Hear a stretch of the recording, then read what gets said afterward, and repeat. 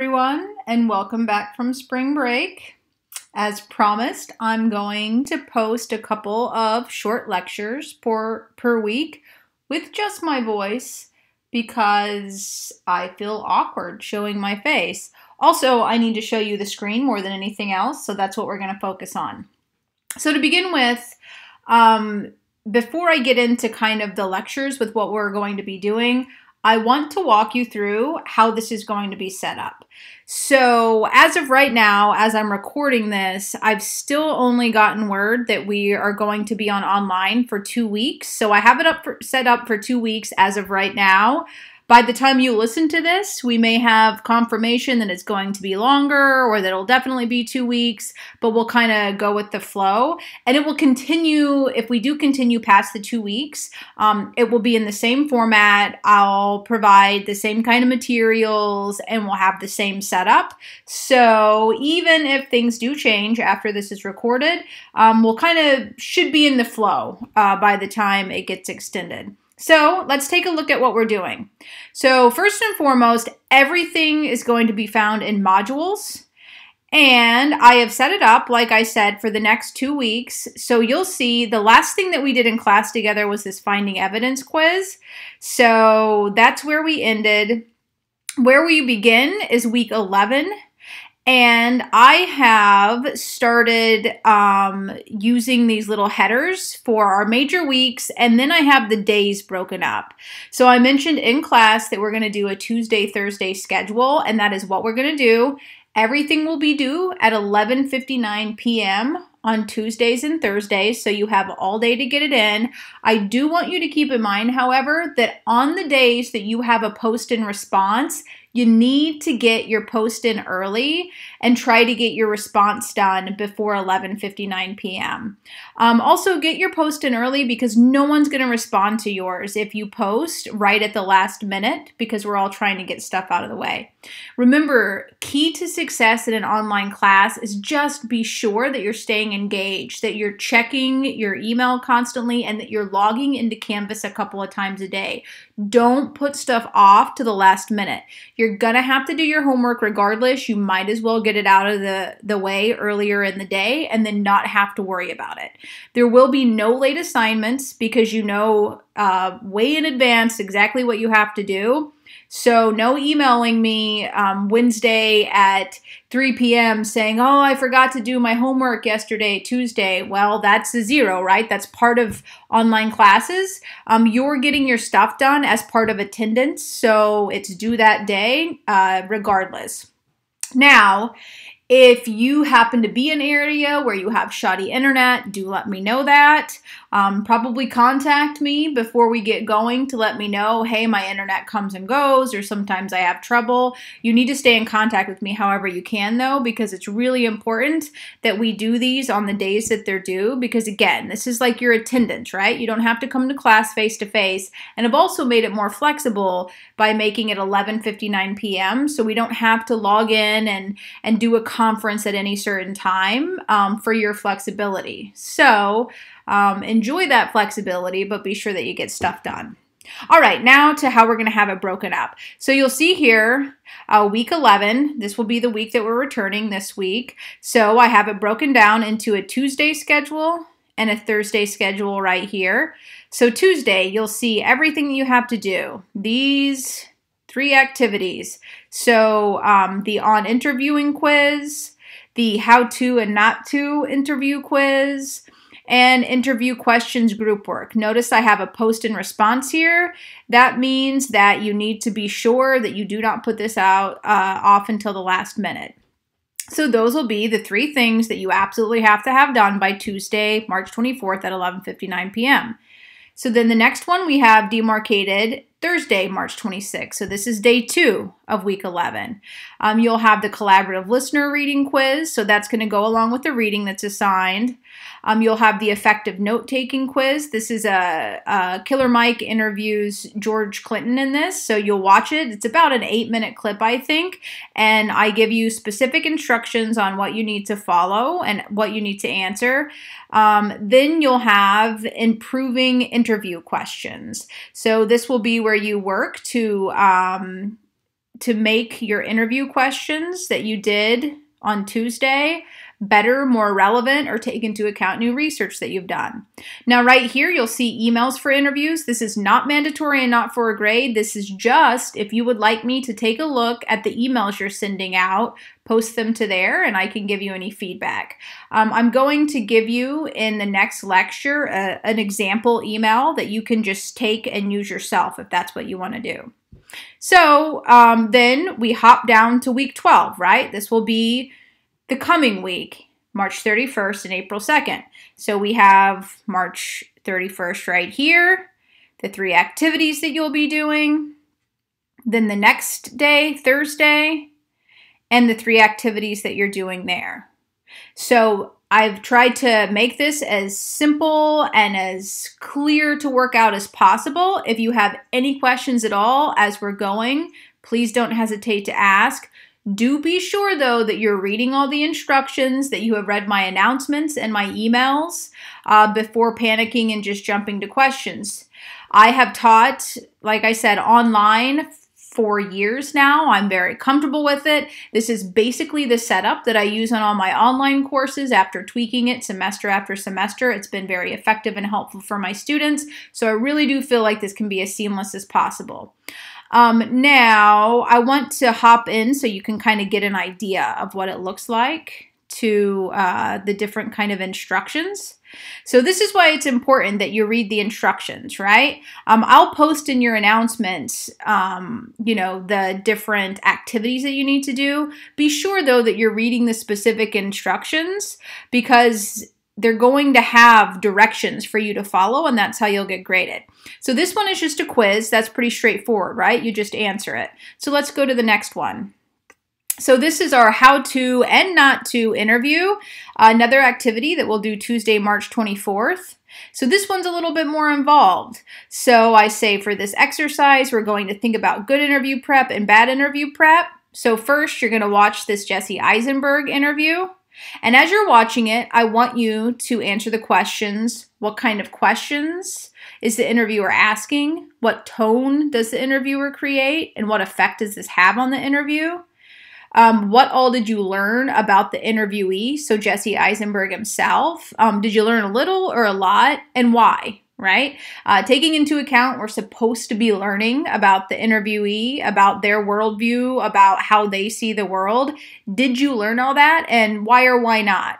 And then what would you say are the major issues of this interview? So step 1, I want you to answer all those about the Eisenberg interview, really taking into account what has gone wrong in this, basically. So step 2 is we're going to watch a more effective interview with Prince Harry.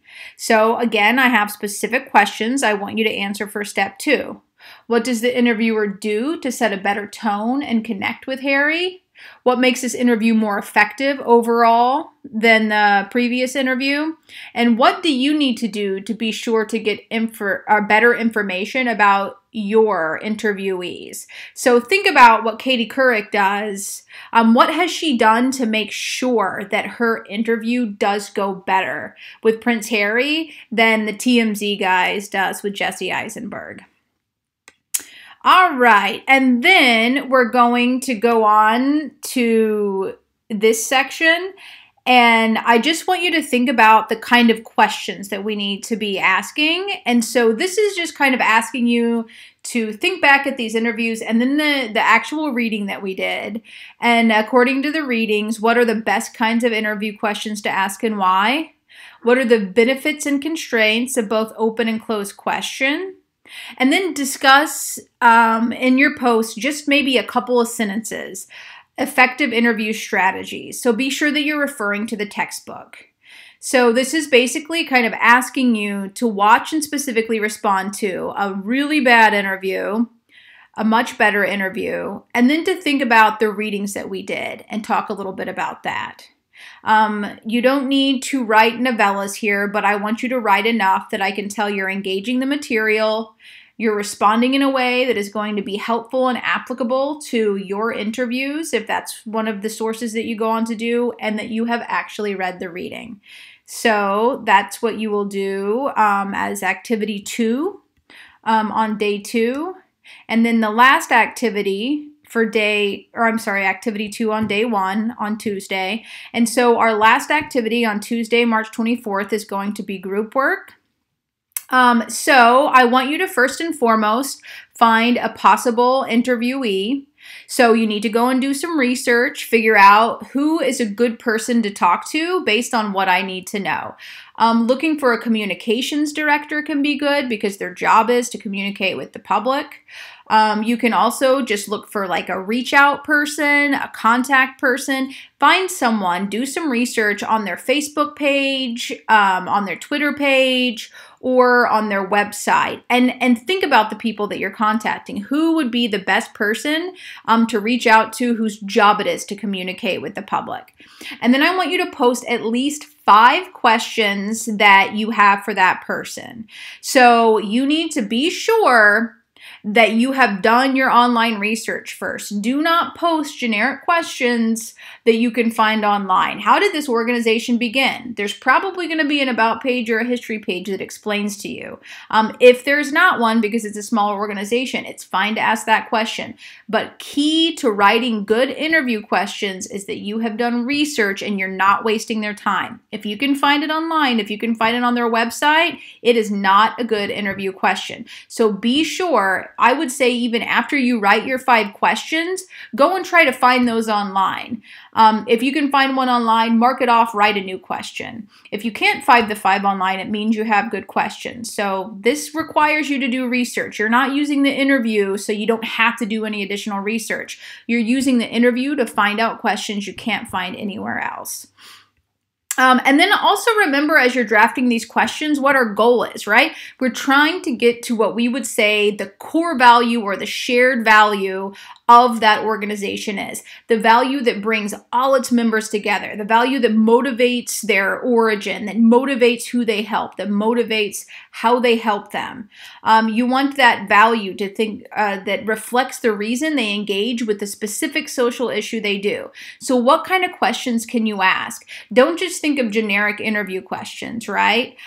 So what are your favorite things to do in your off time? Is that going to help you think about the core value of the organization? If for some reason you think it would, okay, but be sure that your questions are effective and they're helpful to really thinking about how we see values expressed in this organization.